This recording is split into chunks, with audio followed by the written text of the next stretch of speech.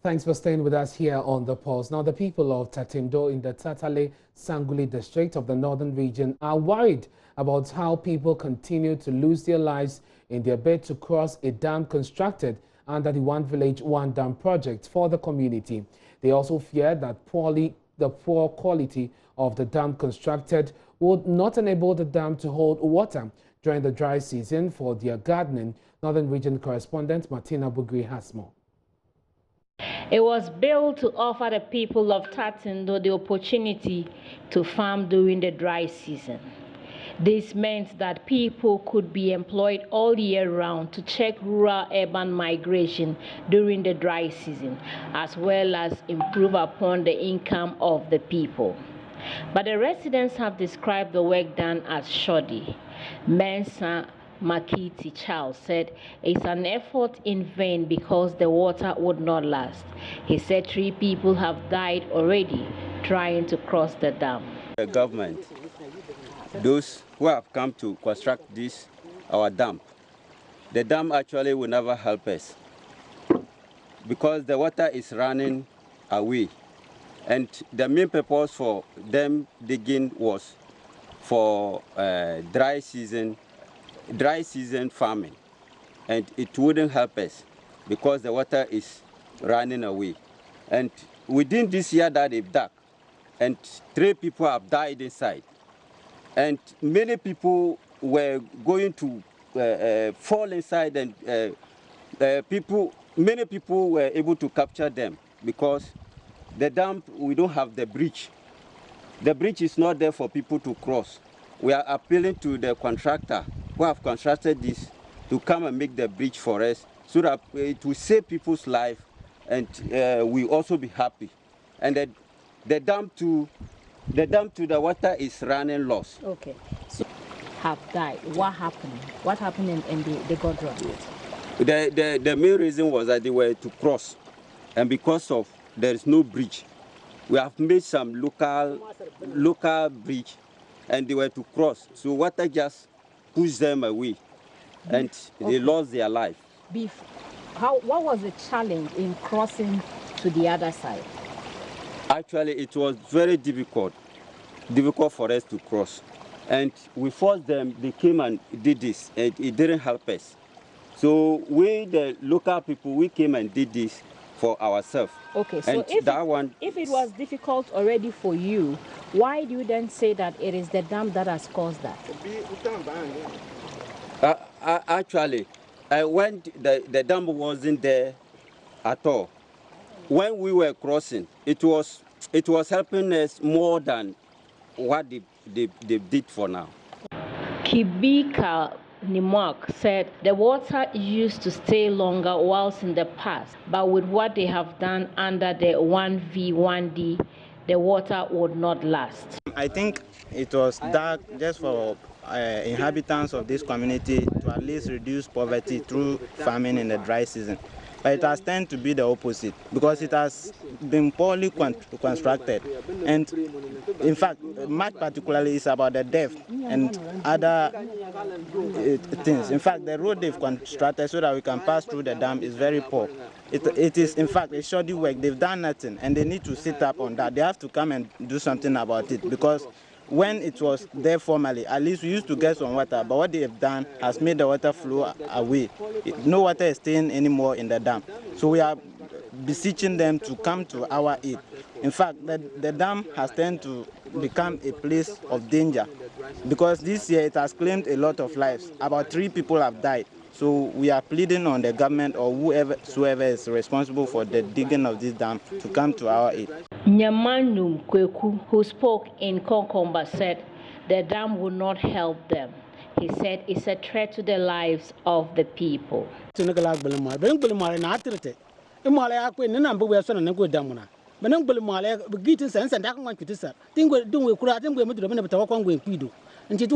help us.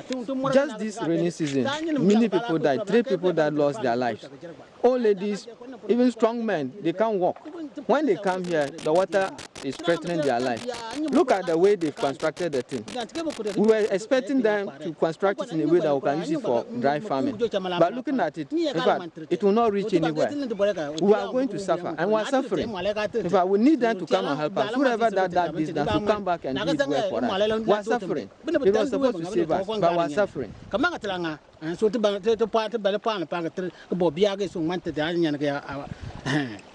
The chief of Sanguli, Obor, John Gabuja Kumayi, said the road through which the dam was constructed is the main road linking the community to Zabzugo, and so they are unable to cross.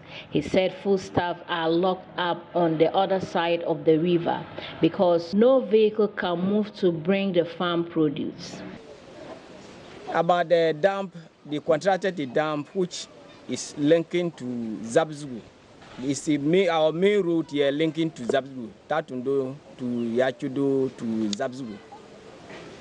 That is where we normally pass the shortcut to Zabzugo. And the way the dam is contracted, when they were to start, they told us a bridge is going to be constructed after the construction of the dam. After the construction of the dam, the contractor told us that the bridge is not part of his work. And that is our main reason. Some of our farms are over the river. We can't carry our foodstuff. As at now, a lot of people foodstuff cannot be carried through to the market because no vehicle, no motorbike can cross there because of the water. Now, Ghana is a member of the United Nations and a signatory to many international human rights instruments which seeks to enforce the rights of women, and yet human rights violations against women in Ghana still exist in different forms. These include discrimination against women in the form of gender-based violence, forced and early marriages, degrading widowhood rights, denying access to economic resources such as land. We spoke about that earlier. And these violate women's rights, which invariably leads to inequalities between men and women in the society. Additionally, there are also cultural or traditional customary practices that perpetrate these problems. Joining me in the studio to have a conversation on empowering our women and looking also at the issue of human rights violation is Gideon Nikwe, Programs Officer of the Commonwealth Human Rights Initiative Africa. And Nikwe, thank you very much for joining us. Thank you. We also have Mary Nate, the Greater Accra Regional Boss of SHRAJ. Madam, thank you very much for joining us. Welcome. And I want us to start on today's Farmers' Day. Yeah. And I'm sure that across the country, the district, some individual women who are into farming will be recognized. And yet there are quite a number of them who cannot own land, for instance, so that they can be productive enough. How does that come across to you? We are talking about technology. We are talking about access to credits and all of these things. And yet there are all of these women out there who really cannot attain their fullest potential. Thank you very much. Once again, I would like to wish all farmers, and especially women who contribute to farming in Ghana, a happy Farmers' Day. And like you rightly said, there are lots of women in Ghanaian society who are struggling, even in terms of farming. Women, we live in a society where most women cannot own property. And land is one of the key resources needed to farm. And in terms of capital as well, women can also not, because they don't have the collateral. So they can't get the required capital to be able to help them improve on their farm yields or even their farm products. That's even if they have the farm. And we also live in a society where men kind of control a lot of things. So women do not get the right support. Women are discriminated and said that, okay, you can't do this kind of work or this kind of work. And most women go to the farms, and then some of them are limited to just a few things. You talk about technology. So you realize that when there's even the opportunity for people to be educated or improved or given the needed technological resources or education, or the training, women are sidelined. And today we heard from one such farmer in the Western region, and she was saying that we still farm with our hoes and our cutlasses, and we want more. Yeah. So women are sidelined. Meanwhile, in that same society, there are men who are taking through the needed training. When there's a new tractor or combined harvester, there's a man who is asked to man it. why can't women also be given the opportunity to do that? And there's been evidence across all other societies that when women are given the opportunity, indeed, they're able to excel. Beyond the issue of cultural practices that kind of perpetuate these practices, what for you are the other factors that continue to promote, you know, such decisions that we take as a society? Okay. There's also the idea of people not being well educated about their rights, and even when they are, the institutions who are supposed to promote and uphold these rights are not doing their work rightly. So you have women who have rights and say that, okay, you can access this form of credit or this form of capital to do this. But when they go to these institutions, they are still not given the right kind of things they need. And then the institutions mandated to enforce the laws are also not doing their work properly. So it still boils down to the fact that they still can't achieve that. And we have a culture where women are always looked down upon. So a man is always a man, so they say. But women can also, when given the opportunity, they can also excel. We'll talk about the institutions briefly, but we have one of them. Madam here is from Shraj. You are the Greater Accra Regional Boss for Shraj. Why do we still have some of these issues? Today, 2019, we are talking about technology helping people, you know, to mechanize farming and all of that. But we still have issues with economic rights, for instance, when it comes to women. Thank you very much. I also want to take the opportunity to congratulate our farmers for the good work and the food and all that we enjoy throughout the period. And first of all, there's one key issue regarding information, access to information. Realize that our constitution guarantees rights for all, including women, without any gender disparity or gender discrimination.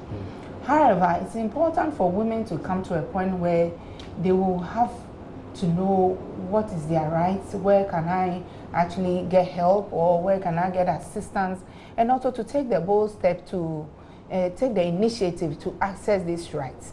There are laws that have been put in place to support women. However, we are looking at the practicality as to a woman who needs land, for instance, to farm, to take the bold step to approach the chief, the head of family, or the overlords, whoever has access to the land, and perhaps seek information. Of course, Gideon mentioned the issue of collateral. That will indeed come into play, but we are looking at a situation where women can come together to form unions and to, you know, empower themselves to get this economic thing going. Again, we are also looking at institutions that has been empowered, including my own, to assist women to champion the cause. I think the lady who spoke earlier mentioned the Lands Commission, for instance. Theirs is just to register lands, but what can they do and how can they think outside the box to champion the cause of women, to support women's rights? We are saying that the rights which has been guaranteed, there are inequalities. When you look at the UDHR, which is the Universal Declaration of Human Rights, it says we are all born free and equal. However, we can see that in our society, can we actually say that women are equal to men? It's not something we can actually conclude and talk about. Again, when we look at the whole how the society has been fashioned, women have always been subordinate to men. And so, apart from they themselves looking upon themselves and feeling inferior to stand up to men, it is also a responsibility for us to empower them. Societal level, again, we need to do that. We see a lot of discrimination against women in the area of social, cultural, and economic, as we are mentioning. However, we are saying that women must take bold steps. In fact, this kind of discrimination has deepened the poverty level of women. And for women to come out of that situation, it's important they also take a bold step to assert their rights. Gideon talked about education, for instance, and I would want to look at it from the educational system. All right. How has it contributed to perpetuating the situation as we have it today? Thank you very much. I guess, let me take you back to the family system, where the parents do not have enough resources, who prefer to actually educate the male child or the boy child against the female child. You understand? Because they think, oh, you go to, you soon marry, your husband will take care of you, unlike the man who will marry and take care of his or her children, his children. Look at the situation when we are in school. At the basic level, we see a lot of women performing very well. However, when we go up the ladder, most women are dropped out due to various reasons. Like as it has been said previously, women who go through menstrual issues, they have mood issues, hormonal issues and all, need support at that level. They need encouragement to be pushed up in order to attain their God-given abilities and potentials in society. Again, we are talking about education. A woman who may have strived a lot to have gotten to the level of a university, may have gotten a job, she marries and she has this issue of childbearing, reproductive rights, and yet that is also a form of gender discrimination against her because she bears a child and she must take care of the child and all that. That also impedes on women progressing to a higher level or leadership roles. And we are saying that policies and things must be put in place to assist the woman, you understand, to move up the ladder in society despite this gender-based inequality or situation. We'll talk about the policies shortly, but you talk about, for instance, reproductive issues, which are limitations. These are natural limitations that you wouldn't say society necessarily has imposed on women. And so for some people who are watching us right now, they'll say that we have moved from there. Perhaps our women themselves are not willing to go beyond a certain level. Because today, as we have it, you can have women go as far as they can. We have women professors, women engineers, women into professions that otherwise were the preserve of men. And so would you say that it's necessarily a systemic problem? Gideon. Okay. Yes, it's a yes or no thing. So you look at whether it's a systemic problem. You talked about the fact that, yes, people have moved on from the fact that it's, so somebody is going to a menstrual thing. Yes, but you see, we still have a society where we look at people in a different way. Talking about the issue of systemic, let's look at parliament. How many women are in there?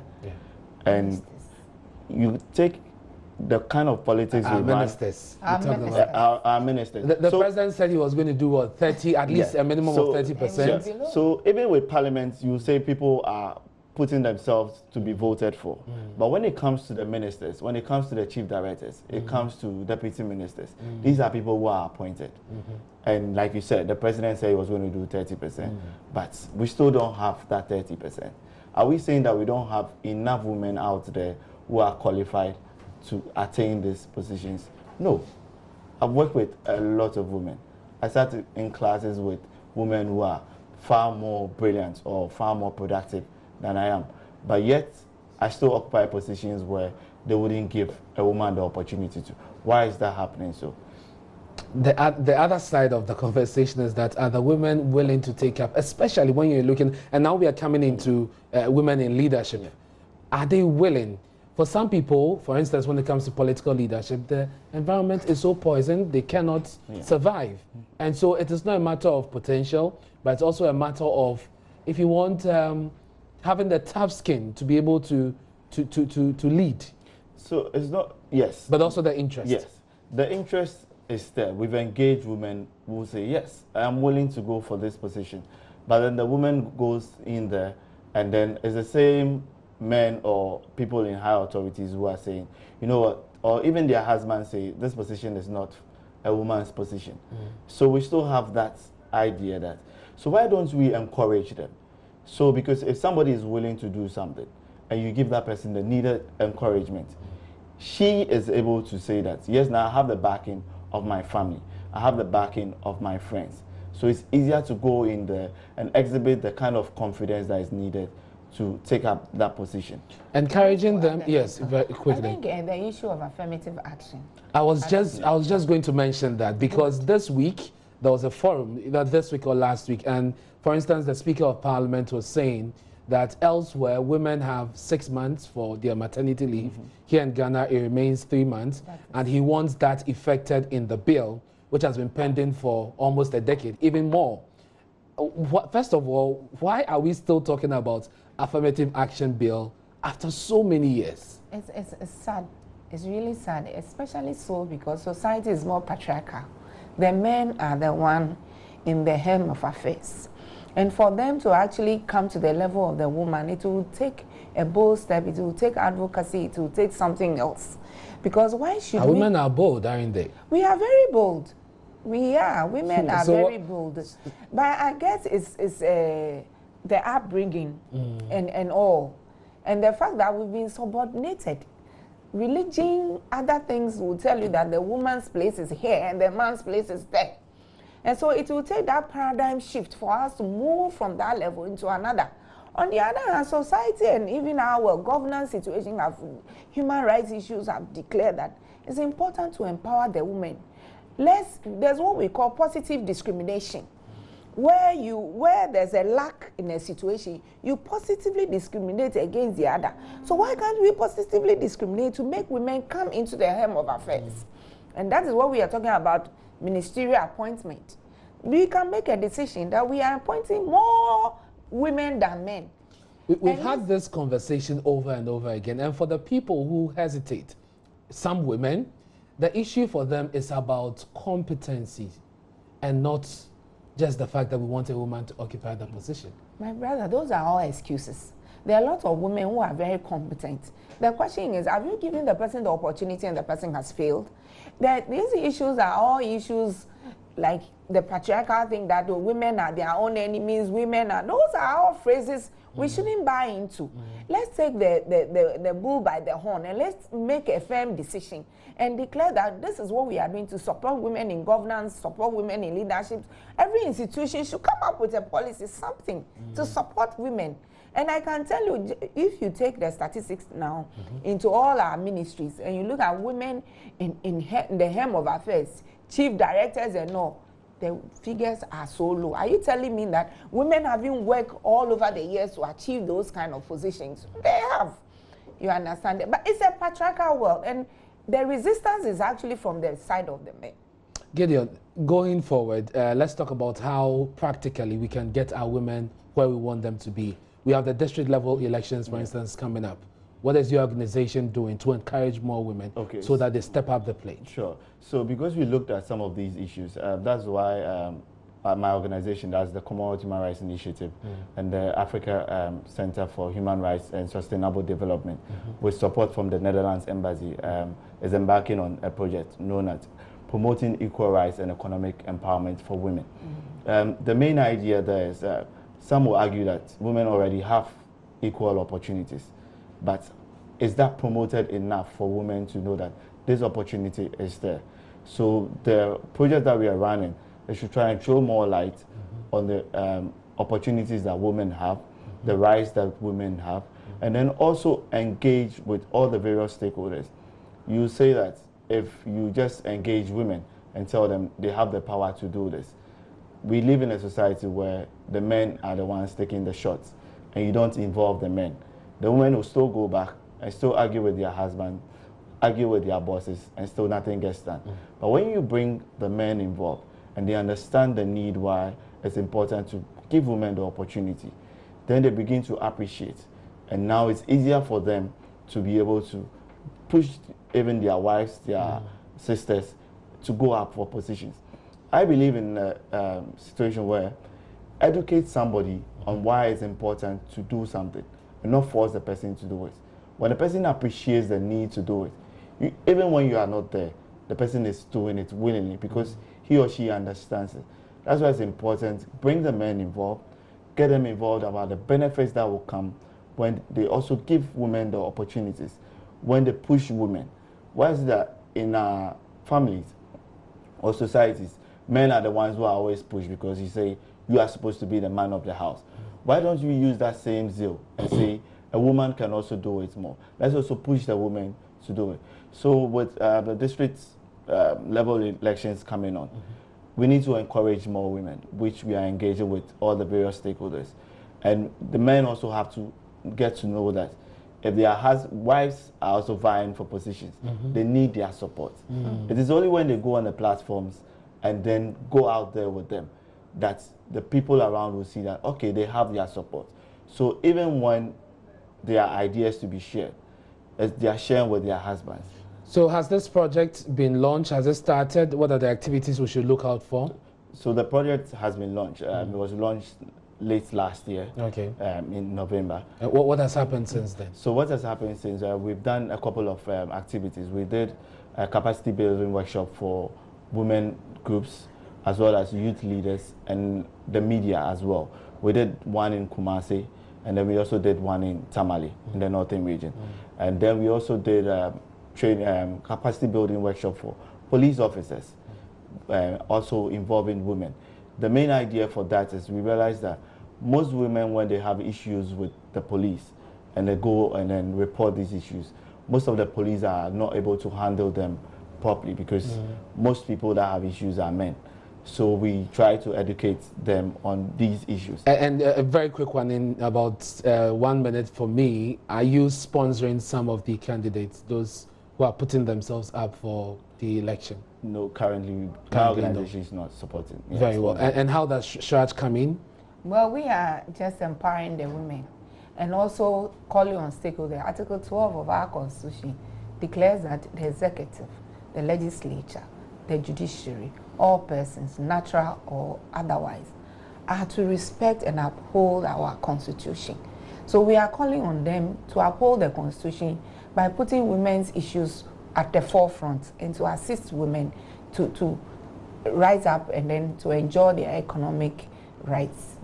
Thank you very much. And that's Mary Nete. She's the Shraj, Greater Accra Regional Director for Shraj, and also Gideon Nikwe, the Project Officer for the Commonwealth Human Rights Initiative Africa Office. They joined us for that conversation on empowering our women and human rights, women's violation and all of that. Let's encourage them. Let's support our women so that they can give up their best and help develop the country. You're watching the Farmers Day edition of Pulse with me, Ernest Mino. We're taking a break. When we come back, we'll bring you sports.